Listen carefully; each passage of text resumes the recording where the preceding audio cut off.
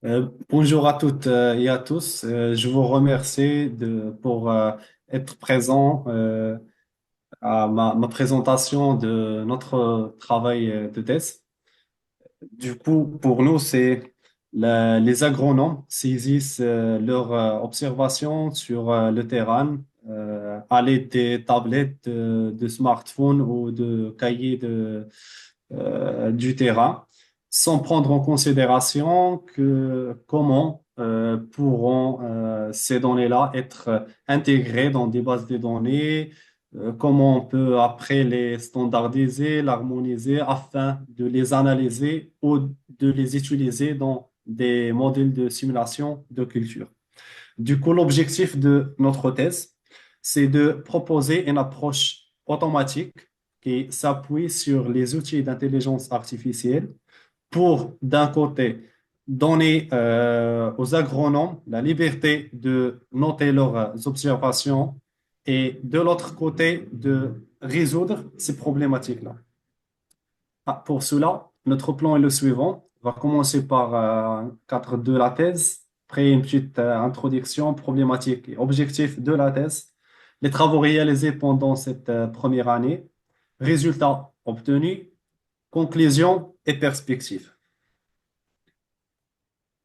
Alors, pour la thèse, elle est cofinancée par Digitag et le projet européen Interhop Values. Elle est encadrée par Madame Sandrine Ouzouk, Monsieur Mathieu Roche et Monsieur Clément Jonquet. Cette thèse a débuté le 12 octobre 2023 et se terminera le 30 septembre 2026. Je suis affilié à l'UMR Mestia à l'INRAE, à l'UPR AIDA et à l'UMR Titis au CERA. Alors, les études agroécologiques génèrent de nombreuses données qui sont, qu'on appelle des variables sources ou variables expérimentales, qui sont hétérogènes et non standardisées. C'est, on veut après les stocker dans des bases de données ou les utiliser comme des entrées pour les modèles de simulation de culture comme SIX ou DSAT. C'est compliqué, voire impossible. Du coup, les chercheurs de Serrat, ils ont pensé de construire une plateforme qui s'appelle Aegis. Cette plateforme contient des variables candidates qui sont standardisées et l'objectif derrière cette plateforme-là est de résoudre le problématique que je viens de vous expliquer. C'est-à-dire, grâce à cette table-là, on peut standardiser les variables sources, les harmoniser, on peut essayer de les intégrer et les stocker dans cette plateforme-là, afin après de les analyser ou les utiliser comme des entrées pour les modèles de simulation de culture. Pour cela, notre objectif est de tout d'abord comment trouver le lien entre les variables sources et les variables candidates. Après, comment on peut lier les variables candidates avec les variables de simulation de culture. Comme je viens de vous expliquer tout à l'heure, les variables chercheurs sont multi-échelles, sont multidisciplinaires, multi-espèces, sont hétérogènes de point de vue structurel, sémantique, syntaxique, taxonomique et sont non standardisées. Comme vous constatez, chaque chercheur a sa propre méthode pour nommer, décrire et mesurer ces variables-là. Et ces variables, elles viennent de plusieurs sources, comme par exemple les expériences menées sur la canne à sucre ou les variables qui viennent du projet européen Interhop Values. Alors, pour standardiser les variables sources et les utiliser ultérieurement, donc on a la base standardisée qui s'appelle qui contient des variables candidates. Cette base contient un vocabulaire contrôlé qui combine des termes qui viennent du savoir des experts et des ontologues. Alors, l'objectif de notre travail pour la première partie de notre thèse, c'est de comment, pour chaque variable source, on peut trouver sa vraie variable candidate ou au moins proposer une liste des variables les plus similaires à cette variable-là. Et après, on vérifie est-ce que notre variable candidate correcte, elle existe parmi cette liste retournée. Voilà, pour les travaux réalisés, je vais tout d'abord commencer par des exemples de données que nous avons utilisés pour cette première année. Nous avons comparé 84 variables sources avec 170 variables candidates d'AEGIS. Comme vous constatez, pour le premier tableau, chaque variable source a trois composantes, son nom, sa description et son unité de mesure. Alors, par contre, pour les variables candidates, on a pareil le nom, la description, mais cette fois-ci, on a l'échelle au lieu de l'unité de mesure. Et en plus, on a la composante méthode de calcul. Comme vous constatez, pour les noms du deuxième tableau, on a, après le dernier underscore, les échelles, c'est-à-dire pour les noms des variables AEGIS, les noms, ils sont fusionnés avec leurs échelles. Et ce n'est pas le cas pour le premier tableau. Pour cela, on a fait une petite transformation pour rendre les tableaux en même format, c'est-à-dire on a fusionné les unités de mesure avec les noms. Et notre objectif, c'est de proposer une approche hybride, automatique, et s'appuie sur des outils d'intelligence artificielle pour lier ces variables-là, c'est-à-dire les variables sources avec les variables candidates. Et pour cela, on a utilisé quatre approches. Voici le récapitulatif. Tout d'abord, la première partie, elle concerne la mise en correspondance des noms des variables sources avec celles des variables candidates. Pour cela, pour chaque nom de chaque variable source, on calcule sa similarité avec chaque nom des variables candidates d'AEGIS. Puis, on classifie les résultats du plus similaire au moins similaire. Pour la deuxième partie, on compare les deux types de variables en se basant sur leur description. Pour cela, pour chaque variable source, chaque description du variable source, on calcule sa similarité avec chaque description de variable candidate d'AEGIS en se basant sur leur description ainsi que sur des variables, pardon, des informations supplémentaires appelées corpus. Et aussi, on classifie les résultats du plus similaire au moins similaire. Après, on a proposé une fonction linéaire qui combine les deux méthodes précédentes. Et pareil, pour chaque variable source, on classifie le résultat par ces résultats des plus similaires au moins similaires. Et la phase finale, qui concerne l'agrégation de tous les résultats précédents.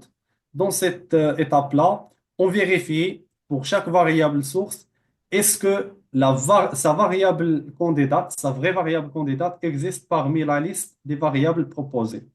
Et pour notre travail, on a pris une liste de 10 variables candidates proposées au maximum.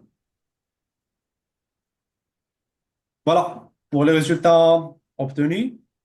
Ici, le CMP, par exemple, on prend la première case, c'est le premier colonne. CMP à la position 1 signifie que pour chaque variable source, la probabilité que sa vraie variable candidate soit incluse parmi le premier meilleur variable candidate proposé par notre système, c'est 66. Pour, pour aussi être très clair, je vais donner un exemple pour la deuxième colonne. Ici, la CMP à la troisième position signifie que pour chaque variable source, la probabilité que sa vraie variable candidate soit incluse parmi les trois meilleures variables candidates proposées par notre système, c'est de 83. Et c'est pareil pour les autres. Alors, bien évidemment, on a trouvé des résultats encourageants, mais il reste des pistes à découvrir, surtout pour l'aspect sémantique, pour encore améliorer les résultats de notre méthode hybride proposée. Pour cela, on a le problème de multilingue. On a plusieurs variables comme la variable yield case. C'est une variable qui se compose de deux termes. On a le yield en anglais et case, c'est une abréviation de canne à sucre. On a ce problème-là dans les variables. C'est combien de nos variables sont couvertes par les ontologies, parce qu'après, on envisage d'utiliser des informations sémantiques qui viennent des ontologies. Tout d'abord, il faut qu'on vérifie la représentation de ces ontologies par rapport à nos variables. Aussi, comment on peut après intégrer les connaissances sémantiques via les ontologies. Après, peut-être on va voir les thésaurus ou les vocabulaires. Comment intégrer des connaissances d'experts tels que les acronymes, parce que c'est souvent nos variables contiennent des acronymes et qui ont la même signification. Alors, sachant que les descriptions de nos variables sont très courtes, ce qui complique la tâche pour les outils d'intelligence artificielle qu'on utilise. Et les méthodes existantes de représentation des variables scientifiques, comment on peut les utiliser dans notre cas et est-ce que seront-ils utiles pour les variables expérimentales? Je vous remercie pour votre attention.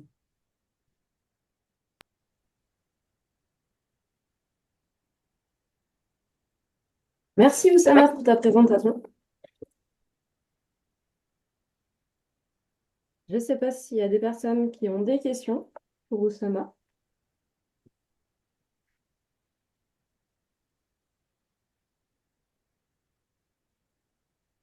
Du coup, euh, si vous en avez, n'hésitez pas à prendre la parole, hein, pas besoin de lever la main. Mais moi, du coup, juste pour être sûr d'avoir bien compris, Oussama, en fait, toi, tu travailles donc à l'incrémentation finalement d'un module de transformation des variables sources en variables candidates pour Aegis. Ou alors c'est aussi beaucoup plus large que ça. Non, c'est plus large que ça. D'accord. Normalement, les études agroécologiques génèrent de nombreuses bases de données qui sont hétérogènes, non standardisées, multilingues, etc. Et moi, j'ai déjà parti au terrain pour voir comment les agronomes notent ces Mm. variables-là. Et pour les agronomes, ils notent les observations sur le terrain, que ce soit sur des tablettes, des smartphones ou sur des cahiers du terrain. Ils utilisent souvent des abréviations. Il n'y a pas une table qui, qui montre qu'est-ce que ces abréviations signifient. Il y a aussi la problématique que on peut avoir que pour la même variable, plusieurs représentations par plusieurs chercheurs. Et l'objectif derrière cette base de données ou la plateforme IGIS qui contient une base de données standardisée, c'est que euh, pour, pour, pour stocker tout d'abord ces variables-là dans cette base de données, et pour les standardiser, les harmoniser. Et après, on va utiliser cette base de données d'IGIS pour les utiliser, par exemple, pour des tâches d'analyse ou pour les utiliser comme des entrées pour des modèles de simulation de culture. Parce que pour le moment, c'est, c'est- on, on prend les variables expérimentales telles qu'elles sont, ben on peut ni les stocker, ni les rendre interopérables, ni les utiliser dans des modèles de simulation de culture, ni de les analyser. D'accord. Ok. D'accord. Donc pour l'instant, c'est réalisé via Aegis. Mais ça peut. Oui, maintenant, on se focalise sur la première partie. Hmm. Si on arrive à lier bien les variables expérimentales avec les variables d'AGIS, on va Hmm. résoudre la problématique d'intégration des données, on va résoudre la problématique de l'homogénéité, l'hétérogénéité, pardon. Nos variables seront homogènes parce que les variables d'AGIS sont standardisées, bien structurées. Ok. Et aussi, sera facile après qu'on va les utiliser pour les analyser ou pour les modèles, comme des entrées pour des modèles de simulation, Ok. qui est la deuxième tâche pour la thèse. D'accord. Donc après, ça a vocation finalement à pouvoir à utiliser cette méthode-là pour pouvoir l'intégrer finalement dans d'autres types de bases de données qui sont beaucoup plus larges potentiellement. Oui, oui, exactement. Oui, oui, c'est ça ce qu'on D'accord. cherche, de faire une approche généralisée et générique. Ok. Et j'ai une dernière question. Est-ce que tu peux revenir sur ta deuxième diapo, je crois, où tu montrais justement les différents effets qu'il pouvait y avoir en termes d'hétérogénéité, etc. C'est là. Oui, c'est ça, voilà. Donc en fait, finalement, toi, tu peux pas non plus être sur l'ensemble, on est d'accord, de l'hétérogénéité. Moi, je pensais notamment à l'hétérogénéité, ah, mais elle est pas ici, utilisateur, expérimentateur. Ça, c'est pas quelque chose qu'on peut qu'on peut distinguer, en fait, si. Ou alors peut-être qu'il est inscrit finalement que c'est un utilisateur un 2 3 4 c'est intégré ça finalement. Est-ce qu'on est capable finalement de se dire, de distinguer en fait d'une hétérogénéité qui serait potentiellement liée à l'utilisateur? En fait, dans la variable IGIS, on a les variables euh, qui sont standardisées, qui contiennent des termes qui viennent soit du savoir des experts ou des ontologies. Bah, pour nous, si on arrive à trouver pour chaque variable source sa vraie variable candidate qui est bien standardisée, dans ce cas-là, on va indirectement résoudre la problématique d'hétérogénéité. Même si les variables chercheurs à la base sont hétérogènes, mais si on trouve leur vraie variable candidate, on va les regrouper. Ce sera indirectement hétérogène. D'accord, ok. Ok, c'est intéressant. Et j'ai une dernière question. Je sais pas, n'hésitez pas si Ouais. d'autres aussi. Donc en fait, là, avec Aegis, pour tes valeurs candidates, il y a un nombre fixe de valeurs candidates ou alors c'est quelque chose qui peut être adapté, ajusté en fonction finalement des variables sources qui peuvent un Oui, jour oui, oui. être un nouveau capteur, une nouvelle unité, peut-être une nouvel effet de Oui, mesure. en fait, c'est pas fixe parce que pour les variables sources, variables expérimentales, bah, il peut avoir au maximum une variable candidate. Et du coup, on peut arriver au cas où on a une variable expérimentale qui n'existe pas dans les variables candidates. Dans ce cas-là, les chercheurs vont l'ajouter en respectant la standardisation et le format des variables candidates. Du coup, c'est pas fixe, c'est changeable. Ok, super. Intéressant. Du coup, en plus, c'est ta première année, si je ne me trompe pas. Je vais commencer ma Bien. deuxième année, Voilà, c'est c'est ça. le Mm. 12. Ouais, c'est ça. Ok, super. Ah, merci. Euh, Bah, merci beaucoup, Sama. Je vous en prie. Et du coup, on peut poursuivre avec Léa. Oui, je partage mon écran Euh, ou pas. Ouais. oui, si tu peux partager ton écran. Léa Courteil, elle est en thèse labellisée donc UMR LISA TETIS. Son sujet de thèse initiale était développement d'un dispositif numérique d'évaluation participative de la qualité des sols. Ça a un petit peu changé et Léa va bientôt soutenir en Oui, dernière c'est ça. année de thèse. Je te laisse la Voilà. parole. Merci.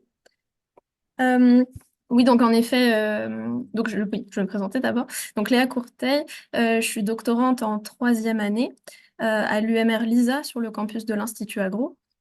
Et en effet, suite à 2 années de travail sur mon sujet initial de thèse que Elodie a présenté, on a décidé de le recadrer pour pouvoir aller plus étudier plus en profondeur certaines questions de recherche. Et ici, la question de recherche principale, c'est l'impact de la représentation cartographique de l'incertitude pour la prise de décision et avec comme cas d'étude la prise en compte de la qualité des sols dans l'aménagement du territoire.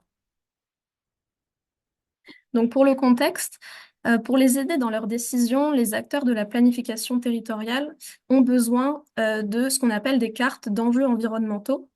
Donc ça peut être des cartes de biodiversité, donc de distribution d'espèces animales, végétales, des cartes de services écosystémiques ou des cartes de qualité des sols.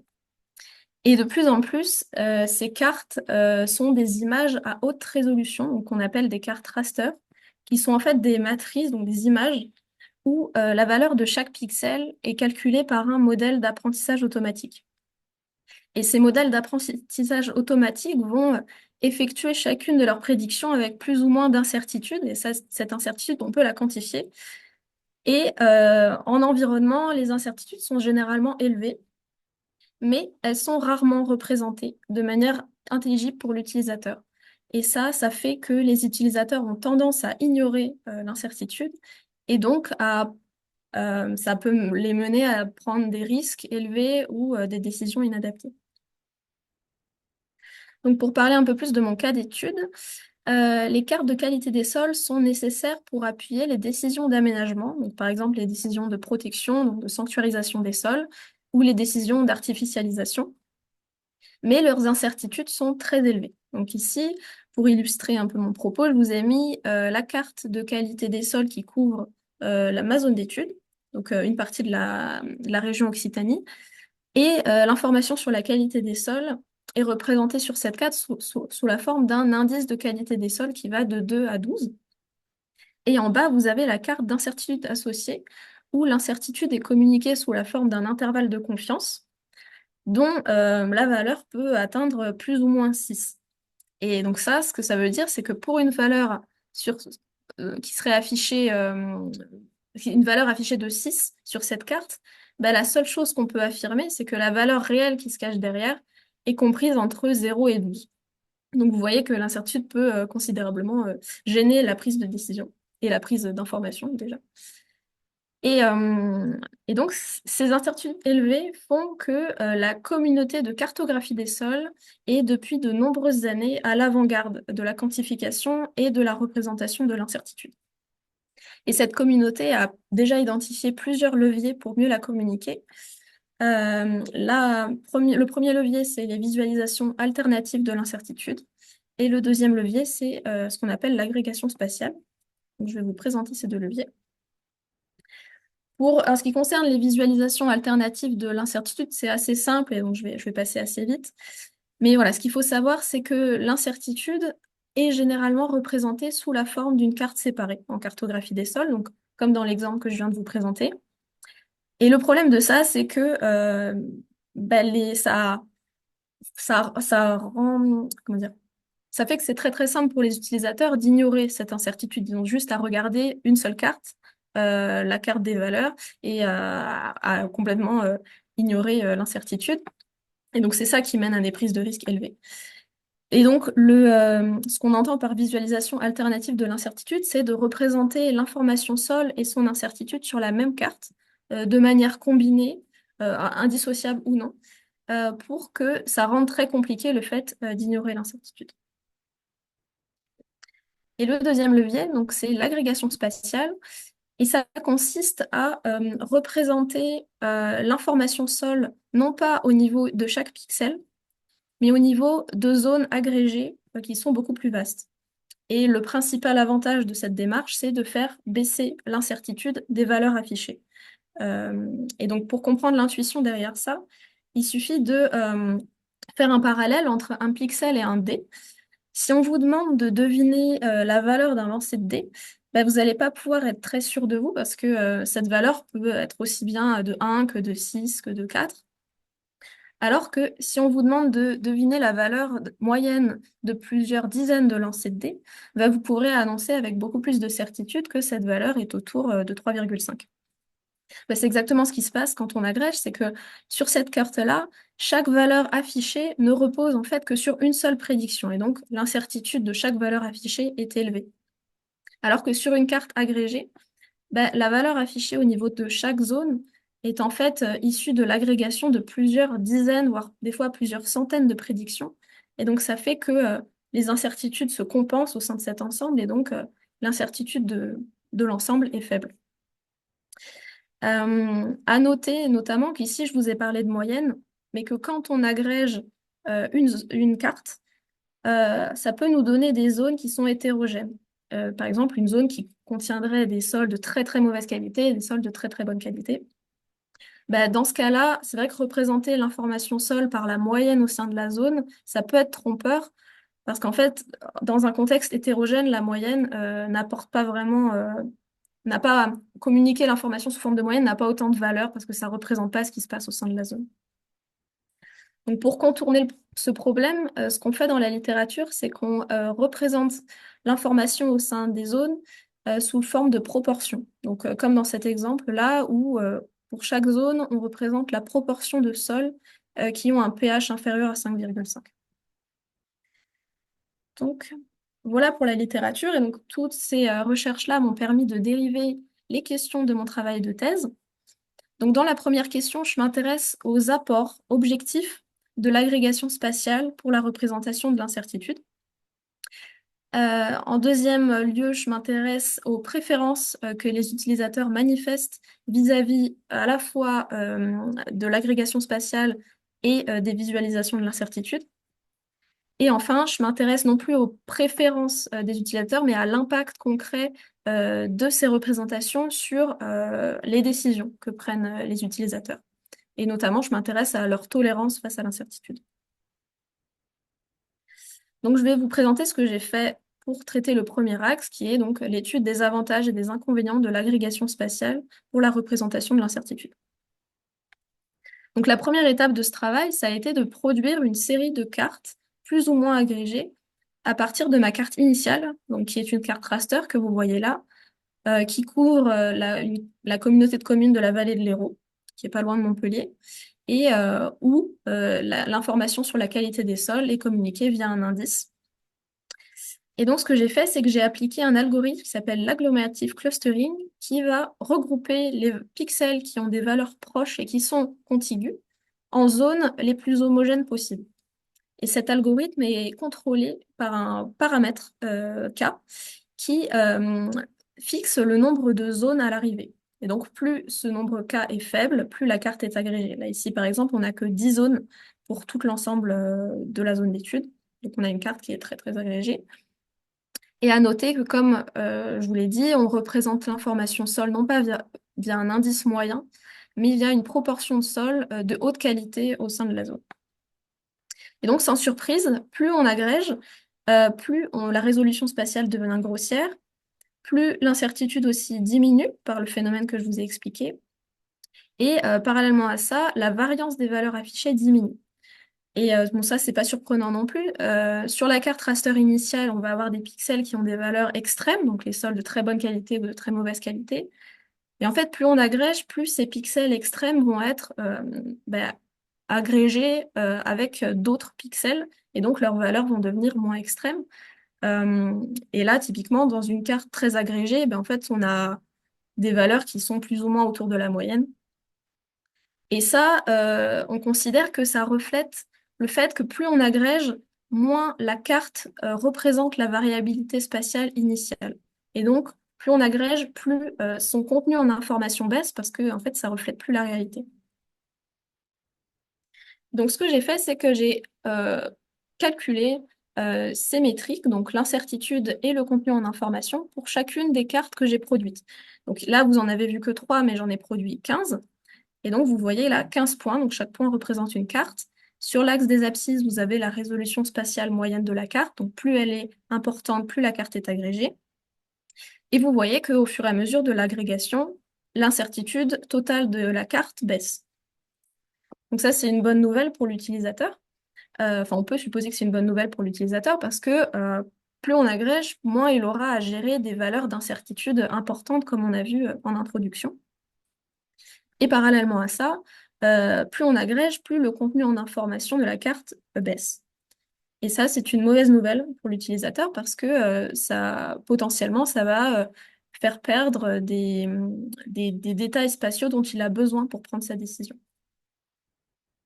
Et donc, on se retrouve face à un compromis entre incertitude et contenu en information de la carte, le long duquel on ne peut pas déterminer d'optimum en tant que producteur de cartes, parce qu'en fait, la meilleure représentation ici dépend fortement des besoins de l'utilisateur, et notamment de sa tolérance à l'incertitude, et de son besoin en résolution spatiale qui est généralement lié à son échelle de prise de décision. Donc, ce qu'on a décidé de faire, c'est de consulter les utilisateurs, donc d'impliquer les utilisateurs dans le processus de cartographie pour évaluer les représentations alternatives de l'incertitude cartographique. Donc, ce qu'on a commencé par faire, c'est de sélectionner 4 niveaux d'agrégation qui couvrent à peu près le compromis identifié. Donc, on a la carte raster, un niveau légèrement agrégé, moyennement agrégé et très agrégé. Et on a aussi décidé de faire d'une pierre deux coups et d'évaluer une visualisation alternative de l'incertitude qui représente l'incertitude et l'information seule sur la même carte sous la forme d'un motif de points face à la représentation conventionnelle de l'incertitude sous la forme de cartes séparées. Et donc, ça nous donne 4 fois 2 représentations possibles d'une même information seule. Donc ici, je vous ai mis des exemples. Donc là, vous avez les 4 cartes séparées avec différents niveaux d'agrégation. Donc la carte raster, la carte légèrement agrégée, moyennement agrégée et très agrégée. Vous voyez que l'incertitude baisse, c'est-à-dire qu'ici, l'incertitude est noire, donc élevée, alors qu'ici, elle est plutôt blanche-grise. Et ici, vous avez les cartes équivalentes, mais à motif de points. Donc on ne voit pas grand-chose parce qu'elles sont petites. Voilà. Et ce qu'on a fait, c'est qu'on a soumis ces représentations alternatives aux utilisateurs via une enquête en ligne où on place les utilisateurs, les répondants, dans un contexte de planification urbaine où ils doivent prendre des décisions à partir de données de qualité de sol. Cette enquête a été structurée en 4 phases. Donc, la première phase sert à cerner un peu le profil du répondant. La deuxième phase est un tutoriel au cours duquel l'utilisateur se familiarise avec les cartes qu'on présente. Dans l'étape 3, on lui demande de prendre 10 décisions fictives de planification territoriale à partir de cartes de qualité des sols. Je vais en reparler juste après. Et c'est seulement en 4e étape qu'on demande aux utilisateurs d'éliciter leurs préférences. Et c'est important ici de noter que cette phase d'élicitation de préférences vient après une phase au cours de laquelle ils ont pu se confronter aux difficultés qui émergent quand on prend une décision à partir d'une information incertaine. Et donc, on considère que les préférences qu'ils ont indiquées ici reflètent leurs difficultés et les besoins qu'ils ont identifiés dans cette étape.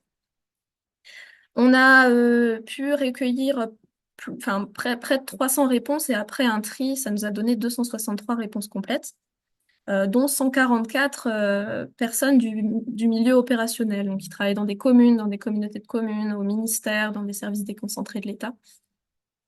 Donc, on a un bon panel de répondants. Donc, comment on a fait pour demander aux utilisateurs d'éliciter leurs préférences? Ce qu'on a fait, c'est qu'on a pris 15 contextes spatiaux différents et on a produit pour chacun de ces contextes spatiaux 8 cartes suivant les représentations alternatives qu'on a choisies. Et on a soumis ces cartes aux utilisateurs. Ce qu'on a fait, c'est qu'on leur a demandé de faire 10 choix entre 2 cartes différentes qui couvrent le même contexte spatial. Et donc, 10 fois, ils ont indiqué quelle carte ils préféraient entre 2 cartes ou s'ils n'avaient pas de préférence. Et ce qu'on a fait, c'est qu'on a utilisé le système Elo pour valoriser ces 2630 choix qui ont été faits. Donc, le système Elo, vous connaissez peut-être, c'est ce qui est utilisé pour classer les joueurs d'échecs. Et en fait, le système Elo se nourrit de données de match, donc des données de victoire, de défaite. Et à partir de ça, va calculer un score qui, plus il est élevé, plus indique que le joueur est expert. Et à l'inverse, s'il est faible, il montre que le joueur n'a fait que perdre et donc est débutant. Ben voilà, donc c'est exactement ce qu'on fait, c'est-à-dire qu'on considère que chaque choix entre deux cartes est comme un match, où la carte qui a été choisie gagne, la carte qui n'a pas été choisie perd, et au cas où l'utilisateur n'a pas su se décider, ben, on a un match nul. Et donc ça fait qu'on a des cartes expertes qui ont été choisies la plupart du temps, des cartes débutantes qui n'ont jamais été choisies, et ça nous permet de voir, de, de, de- d'approcher un petit peu par un nombre objectif à quel point une carte trouve grâce auprès des utilisateurs. Donc voici des box plots qui montrent l'évolution du score Elo en fonction des caractéristiques des cartes.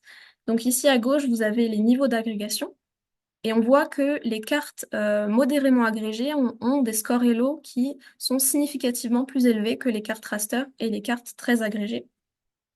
Et à l'inverse, on voit que les cartes où l'incertitude est représentée via une carte séparée ont des scores Elo qui sont significativement plus élevés que les cartes à points. Ce qu'on a fait aussi, c'est qu'on a regardé un peu ce qui se passait dans chacun des 15 contextes spatiaux qu'on a choisis. Et ce qu'on a fait, c'est que pour chacun des contextes, on a pris chacune des cartes. Donc ici, vous avez les niveaux d'agrégation. Et on a calculé pour chaque carte la quantité information moins incertitude. Et cette variable permet de capturer un peu où la carte se positionne le long du compromis. Et plus cette quantité est élevée, plus la carte est dans une position favorable le long du compromis. Et donc on voit que dans 8 cas sur 15, la carte qui a été préférée correspond à la position la plus favorable le long du compromis. Donc les préférences suivent le compromis entre incertitude et résolution spatiale. Dans deux autres cas, on peut aussi comprendre les préférences le long du compromis. Donc ça fait que dans 10 cas sur 15, nos hypothèses sont vérifiées. Euh, et donc ça me mène aux résultats de cette phase de ma thèse. Donc les résultats globaux sont significatifs et montrent que les utilisateurs préfèrent les cartes modérément agrégées et les cartes séparées. Dans la majorité des contextes spatiaux qu'on a étudiés, les préférences suivent le compromis entre incertitude et résolution spatiale.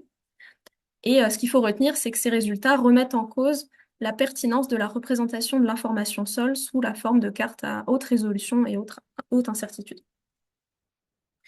Ce qui m'amène maintenant à l'étape 3, où on ne s'est pas contenté de regarder les préférences des utilisateurs, mais l'impact concret des représentations sur leurs décisions.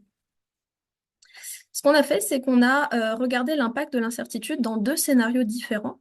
Un scénario risqué, où on a demandé aux utilisateurs d'artificialiser les parcelles qui avaient une qualité inférieure à un seuil, et un scénario moins risqué, où on demande aux utilisateurs de protéger les sols qui ont une qualité supérieure à un seuil.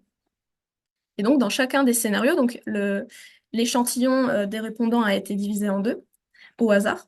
Et donc, ça nous donne 1360 décisions dans le scénario artificialisation et 1270 décisions dans le scénario sanctuarisation. Chaque décision étant soit oui, non ou je ne sais pas. Donc oui, j'artificialise, je sanctuarise, non, j'artificialise ou je n'artificialise pas ou je ne sanctuarise pas, etc. Ce qu'on a fait, c'est qu'on a entraîné des modèles logit multinomiaux pour déterminer les facteurs qui influencent les décisions. Donc oui, non, je ne sais pas, dans les deux scénarios.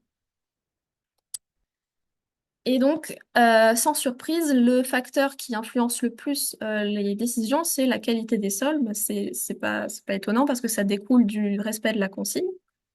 Et donc, on voit que plus la qualité est importante, est élevée, moins les répondants artificialisent et plus ils sanctuarisent. À noter qu'on a un effet de prudence, c'est-à-dire que les utilisateurs commencent à sanctuariser et arrêtent d'artificialiser un peu en avant du seuil, comme pour avoir une petite marge de sécurité.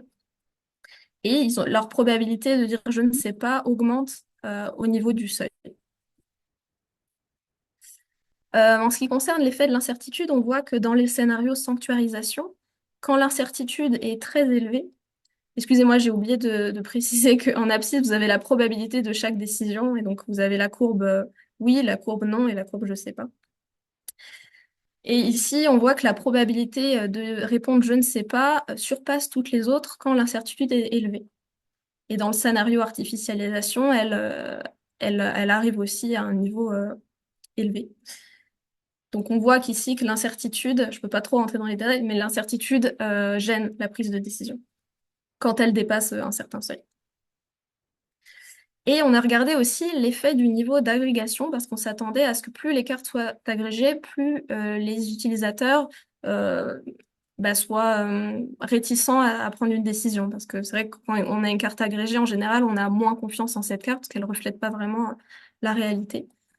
Mais on voit que l'effet de l'agrégation est très modéré. Donc, les résultats de cette phase, c'est que les répondants sont plus prudents dans le scénario d'artificialisation, qu'à partir d'un certain seuil d'incertitude, les répondants ont du mal à prendre des décisions et que le niveau d'agrégation spatiale des cartes n'a que peu d'impact, n'a que peu impacté les décisions. Donc, en conclusion, il existe plusieurs manières de communiquer l'information sol et son incertitude. On a montré qu'il y avait un compromis à trouver entre incertitude et résolution spatiale, que dans la plupart des cas, les décideurs suivent ce compromis, que les décideurs préfèrent également une représentation de l'incertitude en deux cartes séparées, et que les décisions des utilisateurs s'avèrent sensibles non seulement à la qualité des sols, mais aussi au degré d'incertitude des cartes présentées, mais pas au niveau d'agrégation spatiale. Voilà, donc merci beaucoup pour votre attention. Voilà. Merci Léa, c'était très clair et à la fois très complet. Merci. Il y a des personnes qui ont des questions, n'hésitez pas.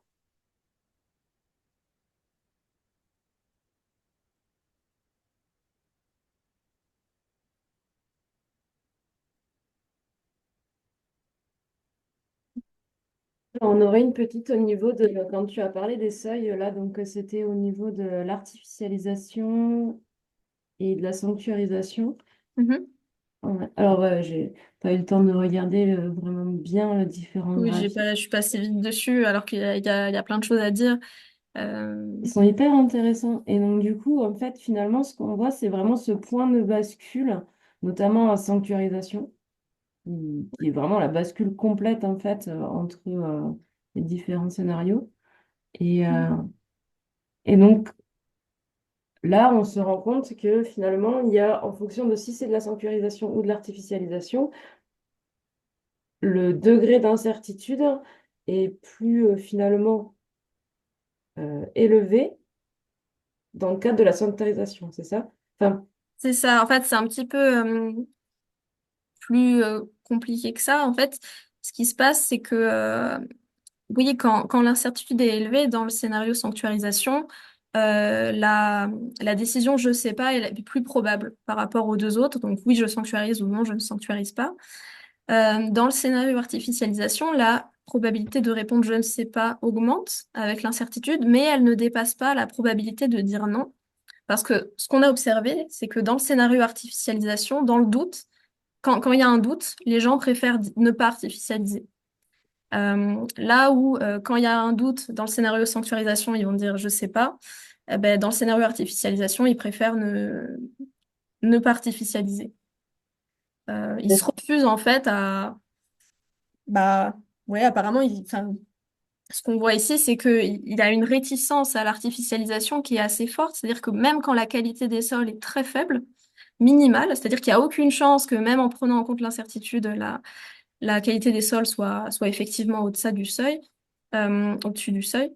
Il y a certaines personnes qui n'artificialisent toujours pas. C'est-à-dire que la probabilité d'artificialiser n'est pas nulle alors qu'elle devrait être nulle si les gens suivaient scrupuleusement la consigne.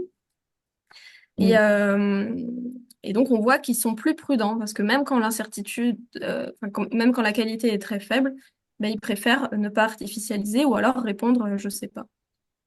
Et donc, même dans ce cas évident où il faut artificialiser suivant la consigne, eh ben, on n'a que 0,60, on a que 70% des réponses qui sont des réponses d'artificialisation. Et à l'inverse, on a 20% de je sais pas et plus de 10% de non. Donc c'était juste pour montrer, pour illustrer ce que j'ai dit en conclusion, mais que je n'ai pas présenté sur cette slide-là, c'est que les utilisateurs enfin les répondants se sont montrés très prudents quand il a fallu artificialiser. D'accord, ok.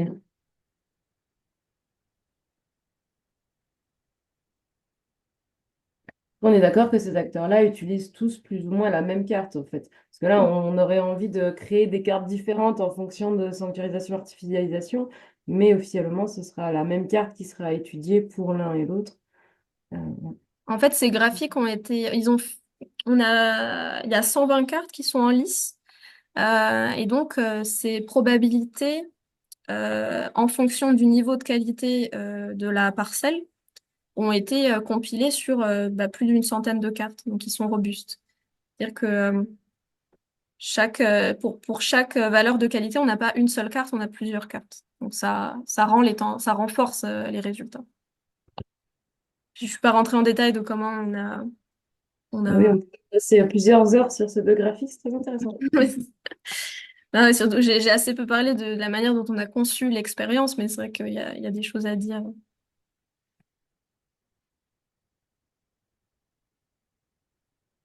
Ok, merci.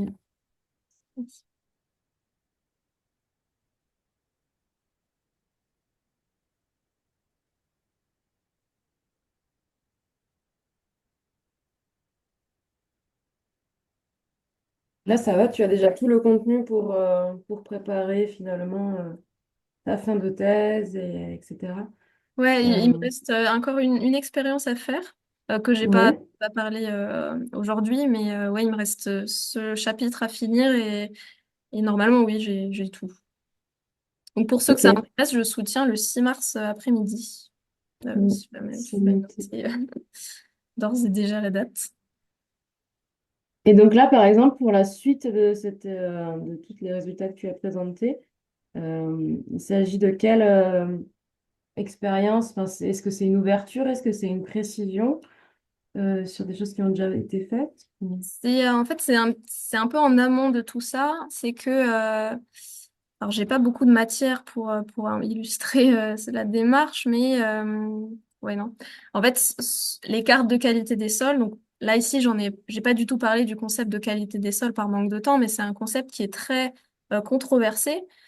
Et donc, les cartes, enfin, comme elles sont faites à partir d'un concept controversé, sont aussi très controversées.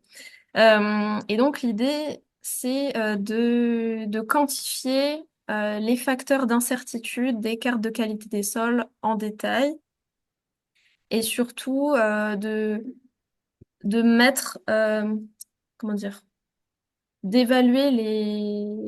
comparer les facteurs d'incertitude. C'est-à-dire que ici, moi, je prends en compte uniquement l'incertitude qui est issue des modèles, des erreurs des modèles. Mais il y a aussi des incertitudes qui découlent des choix humains qui ont été faits euh,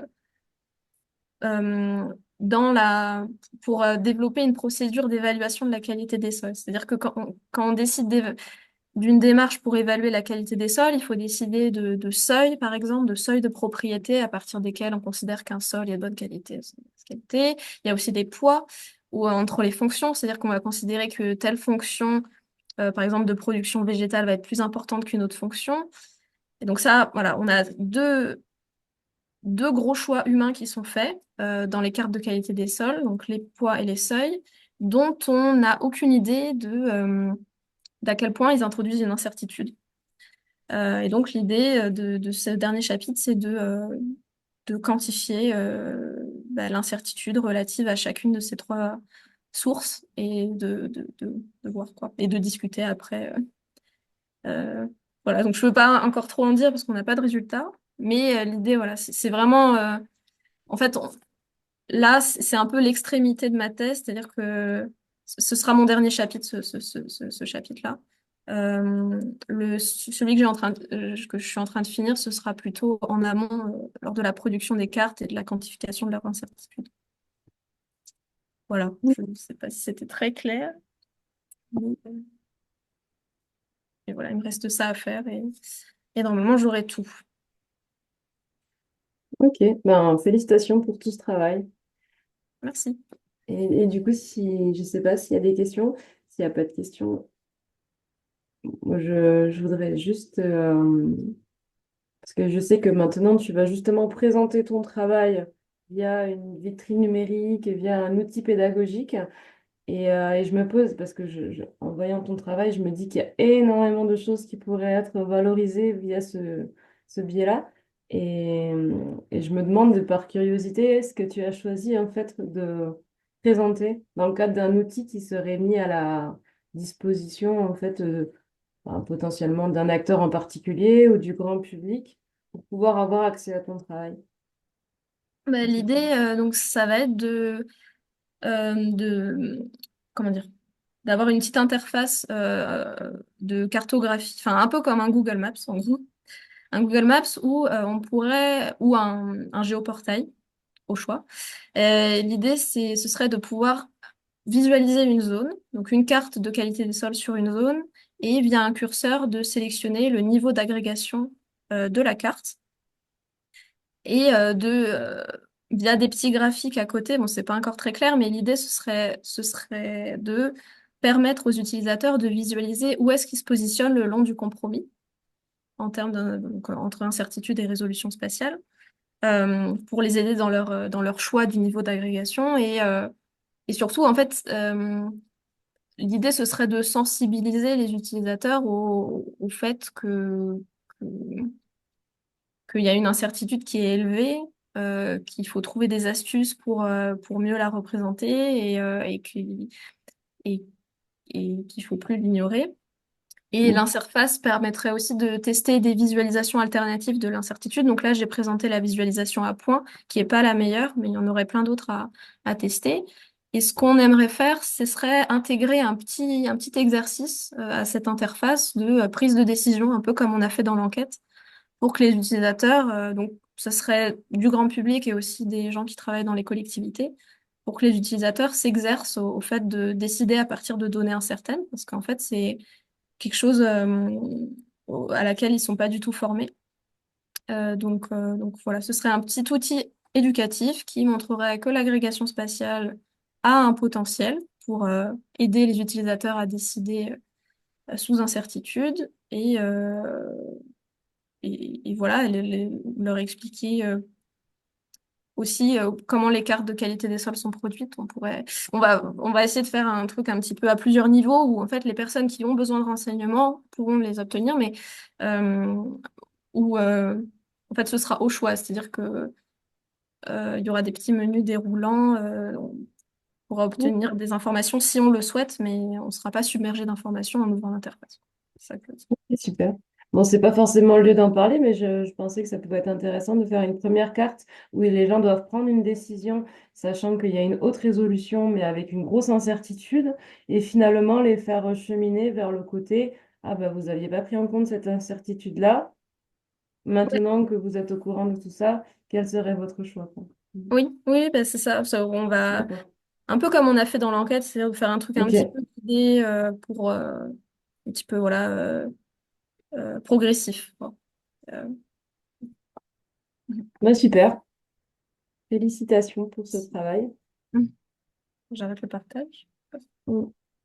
Et puis, bah, alors, déjà, merci beaucoup Léa et Oussama pour avoir présenté votre travail. Nouvelle édition, du coup, les petits tags du mardi.